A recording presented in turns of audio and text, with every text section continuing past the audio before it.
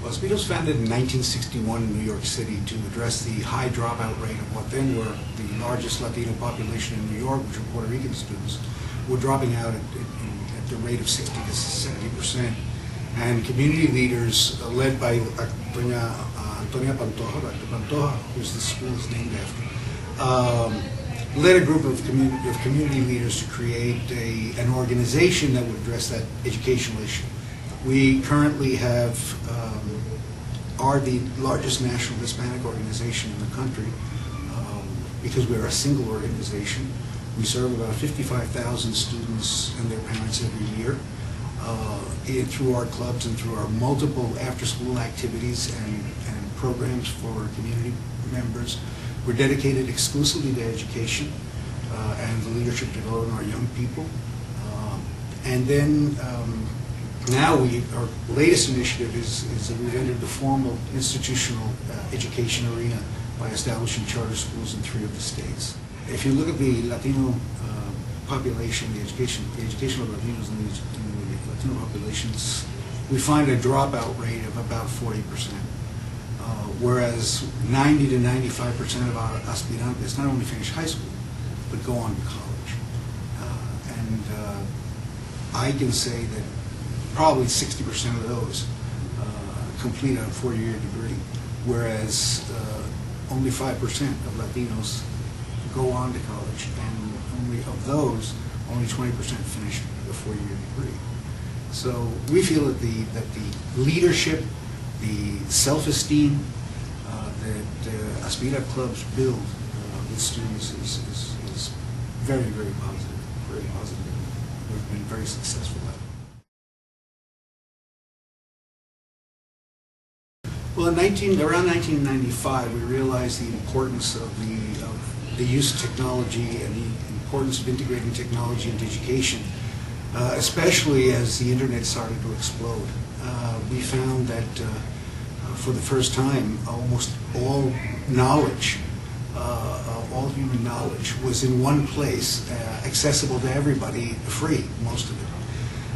And that this was going to revolutionize education, both in terms of access to content and the way people learn, and the way, not only do we learn, the way we live.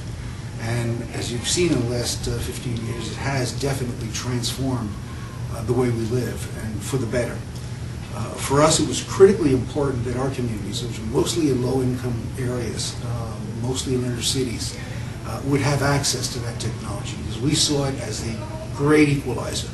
The potential of the internet to bridge the gap in education between Latino and non-Latino students, between low-income students and non-low-income students, was enormous.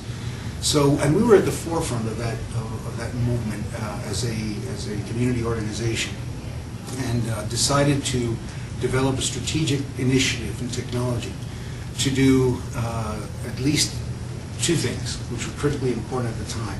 One was to provide access to technology to the community. The second was to be able to train people on the uses of those technologies. And then the third was to integrate technology in everything we do. Everything from our schools to our programs to our administration. So we integrated technology into everything. And then in that process, we developed a very, very robust set of training programs, all on the internet. Our website is enormous, has a huge amount of resources. And then we moved into a second phase, which developed or provide high technology training, like whether it's on Microsoft or Cisco systems or Oracle academies, etc., to provide alternatives in technology for our young people.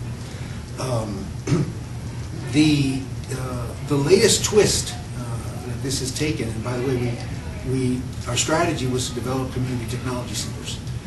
We developed either in our own organizations or through other organizations, in collaboration with other organizations, about 150 community technology centers.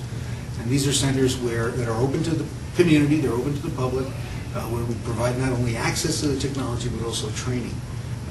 And the latest twist I was going to mention is that now we are focusing an awful lot on not only the new technologies, the more advanced ways of delivering content, whether it's webcasting, whether it's the use of the iPod or podcasting and all those technologies that are have advanced so much, but also the access to richer content.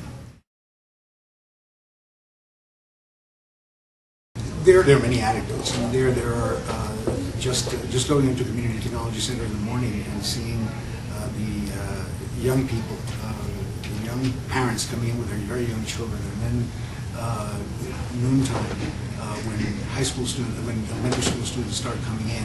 And then in the afternoon you have the high school students, and then there are some people cooking on the side, and others accessing the internet. And then in the evenings you see parents coming in for the GED programs and getting training on how to use computers and how to use the internet. And we realize that this is eventually, we realize the importance of the technology for all of those groups, and the importance of broadband. Without broadband, without access to broadband, we won't have access to the type of resources that our parents need.